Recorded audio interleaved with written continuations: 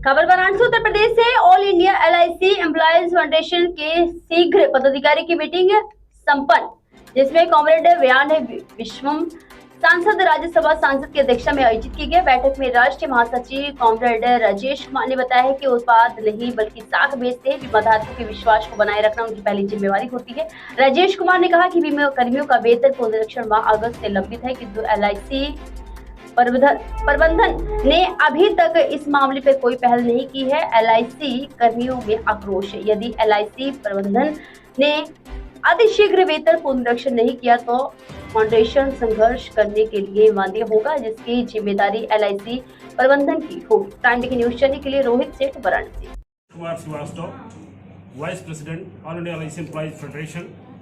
किस ये press conference रखी गई है? प्रेस कॉन्फ्रेंस हम लोगों ने इसलिए रखी है कि हमारे सार्वजनिक क्षेत्रों पर भारतीय जीवन बीमा निगम पर जो हमले हो रहे हैं, उन हमलों से कैसे हम बचाव करें, उसके लिए बैठक है।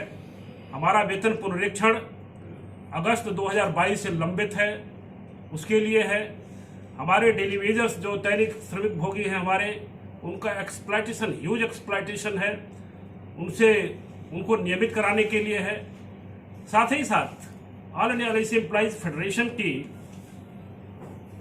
बैठक मार्च 2025 में आयोजित होने जा रही है, उसका भी निर्णय लेना था।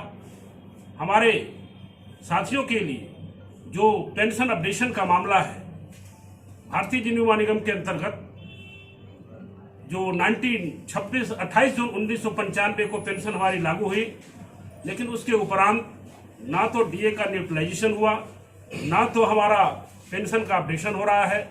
नई नियुक्तियों का मामला है। हर समय हर महीने 4 से 6 लोग एक एक मंडल में, मतलब कम से कम 1000 लोग हर महीने रिटायर हो रहे हैं।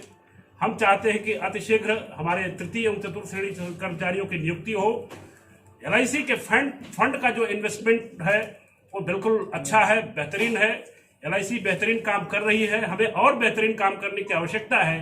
और मैं people money for people welfare के लिए एलआईसी का पैसा इन्वेस्ट होता है। एलआईसी के पॉलिसी धारकों को कतई घबराने की जरूरत नहीं है। हमारा एक एक बीमा धारक सुरक्षित है, उसका धन सुरक्षित है। और आने वाले समय में मैं समझता हूं इस राष्ट्र के लिए जो people money for people welfare का हमारा स्लोगन है, वो हम आगे ले जाएंगे। चाहे रेलवे का मामला हो, चाहे रोडवेज का मामला हो, ट्रांसपोर्टेशन का मामला हो, इरिगेशन का मामला हो, बंदरगाह का मामला हो, एयरपोर्ट का मामला, सारी चीजों के लिए एलआईसी इन्वेस्टमेंट कर रही है और आगे भी इन्वेस्ट करके इस देश के लोगों को और सुरक्षित और बेहतरीन जीवन प्रदान करने की कोशिश करेगी। मैं समझता हूं कि हमारे राष्ट्रीय महासचिव कॉमरेड राजेश कुमार जी। बता दें। मेरा नाम राजेश कुमार, मैं महासचिव All India LIC employees Federation. Rajesh ji, क्या कहना चाहेंगे प्रेस वार्ता? किन किन बिंदुओं पे बात हुई है? ये 2 दिन की जो बैठक थी हमारी ऑल इंडिया ऑफिस बेरर की बनारस में, इस पर मुख्य रूप से एलआईसी के अंदर जो अभी हमले हैं और जो प्राइवेट इंश्योरेंस कंपनी के साथ जो हमको कम्पीट करना पड़ रहा है, इस नए परिवेश में जब एलआईसी का डिसइन्वेस्टमेंट हुआ है, उसमें हम लोग कुछ महत्वपूर्ण निर्णय ले रहे हैं। एलआईसी की भी जो समझ है कि जो रेगुलेशन भारत सरकार के द्वारा चेंज की जा रही है एजेंट्स के माध्यम से, कि पहले एक एजेंट अगर कोई भारतीय जीवन बीमा रिक्रूट करता था तो वो सिर्फ एलआईसी में ही बिजनेस डाल सकता था, लेकिन अभी आईआरडीए का जो नियम में बदलाव किया जा रहा है, उसके अनुसार एक एजेंट जो है वो 3 अलग अलग कंपनियों की भी लाइसेंस लेकर के बिजनेस कर सकता है। तो ये लगता है मुझे कि ये भारतीय जीवन बीमा निगम को कमजोर करने की एक साजिश है भारत सरकार के द्वारा। और दूसरी एक पहल जो भारत सरकार के द्वारा ली जा रही है आईआरडीए के माध्यम से, वो ये है कि जो कमीशन के ऊपर एक्सपेंस होता है उसके ऊपर वो कैप लगाने जा रहे हैं। क्योंकि भारतीय जीवन बीमा निगम एक बड़ी कंपनी है, पुरानी कंपनी है, और हमारी जो खर्च है वो भी ज़्यादा है, क्योंकि हम एसटीसी जेडटीसी मेंटेन करते हैं, जहाँ पे अभिकर्ताओं को ट्रेनिंग दी जाती है। उसमें भी वो कमीशन कैप लगा करके जो कमीशन हम दे सकते हैं अपने अभिकर्ता को, उसमें वो कमी करके जो प्राइवेट इंश्योरेंस कंपनी है वो कमीशन ज़्यादा दे सके, इसके लिए भी उनका प्रयास है, जो कि भारतीय जीवन बीमा निगम के लिए नुकसानदेह है।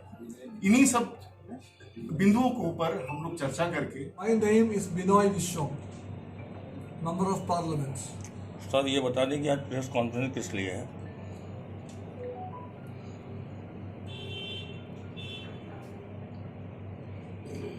आज की press conference Press conference, we invited you for a press conference and it was told to you. हमारी It was told to you by whom it was meant for, or what it was meant for. राष्ट्रीय पदाधिकारियों की बैठक वाराणसी में आयोजित हुई है 29 और 30 सितंबर को। उन्हीं का लेने पे लगा